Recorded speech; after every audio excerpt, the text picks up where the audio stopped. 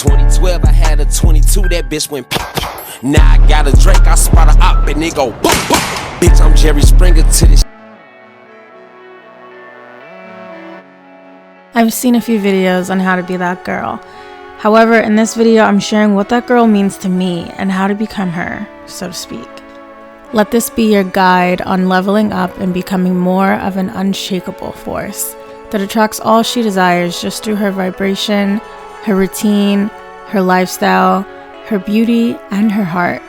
But most of all, her belief to transform into that girl, the girl she's always dreamed of.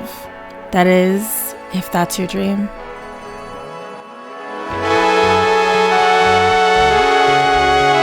To me, it's about knowing what you want and don't want, and giving what you want a fighting chance. We are conditioned to go with the majority, and some of us don't even have a fighting chance at being authentically ourselves. Being that girl to me is having the courage to go after what your heart is burning for, despite it going against the grain, despite what people think, despite what people assume, despite who doesn't believe in you, who doesn't support you, and who mocks you. She's not afraid of a little humiliation to take the prize. It's unapologetically doing what makes you happy and fulfilled. It's being honest with yourself, because lies only drown you in the end.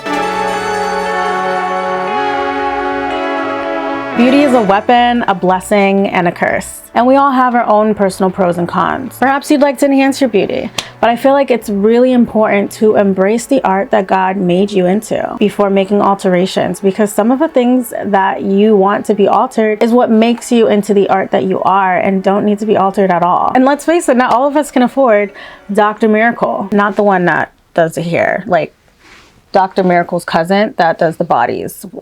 What is there like a name?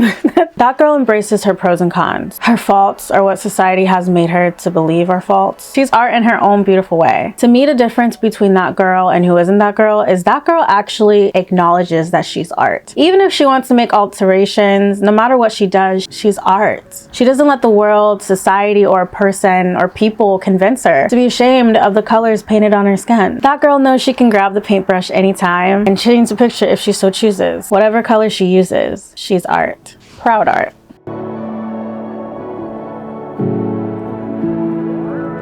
Even though this is in and that is out and that is in now and this is out now, that girl focuses on what's in for her. Because trends change and you don't have to always be with the Joneses. You can be your own Joneses. It's so fun exploring what's in for you, even if it's out of style or out of season. That girl expresses herself through fashion. She dresses the way that she wants. Honestly, for me, I'm still exploring my style, which is so much fun. It takes having the courage to be disliked, to have the courage to wear what might not be liked by some people, but simply liked by you. It's taking the paintbrush and drawing your own picture every day the way you want, not the way you're supposed to draw it. Right now, so far, to describe what I gravitate to is coquette, classic, elegant, which is well emulated by the iconic Blair Waldorf from the original Gossip Girl, but I also love goth whimsical and play around with other looks. Sometimes I feel as though I may be doing too much with the details of my outfit, but it's just enough for me. My favorite way to accessorize is pearls. I love me a good pearl necklace and my favorite pearl earrings. I also love headbands, cute frilly socks, and big hair. That girl is not afraid to express herself through style. She knows what looks good on her, she's open to switching it up, and inspires others to as well.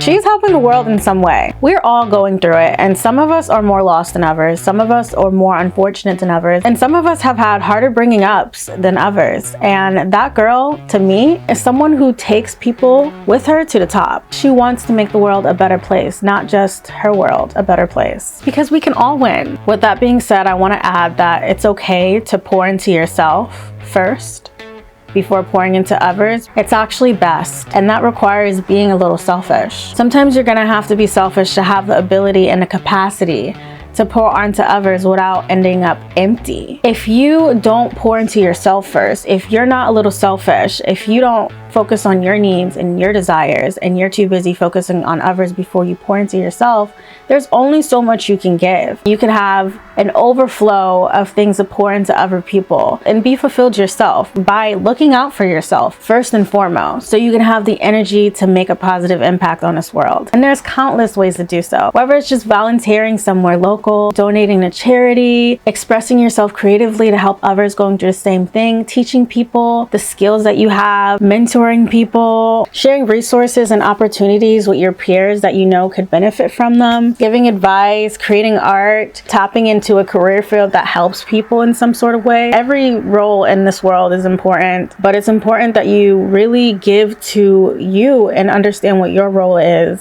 and what you need to fulfill that role. I'm adding this discretion because it is so important to give to yourself, and a lot of us aren't taught that it's okay. We're actually taught that it's not okay to think for herself and make decisions that are best for herself, and to set boundaries and to set standards. And people often will call you selfish for making a good decision for yourself because it doesn't benefit them. It's not what they want, and will often call you selfish because you're not giving them what they want, which in itself is selfish for them to like have you jeopardize your boundaries and your personal desires for their own personal desires, expectations, and wumbo jumbo. Most times it's the closest people to you, and that will get you really messed up, having you thinking that all there is sacrifice. And that's just the way life is. You decide the way life is. And for you to be able to have the energy to make a positive impact in this world, you need to first make a positive impact on yourself. Give to yourself, talk to yourself, pour into yourself, understand what you need and what you want. And don't let anybody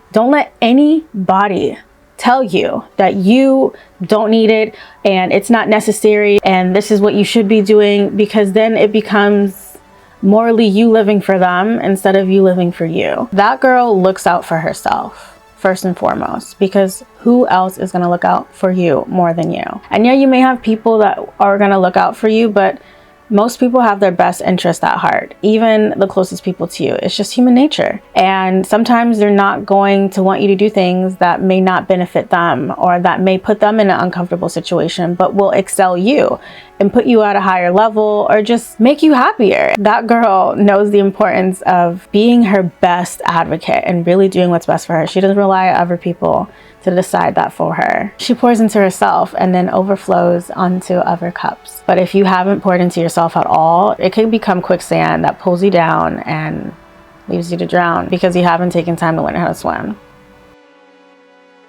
Such a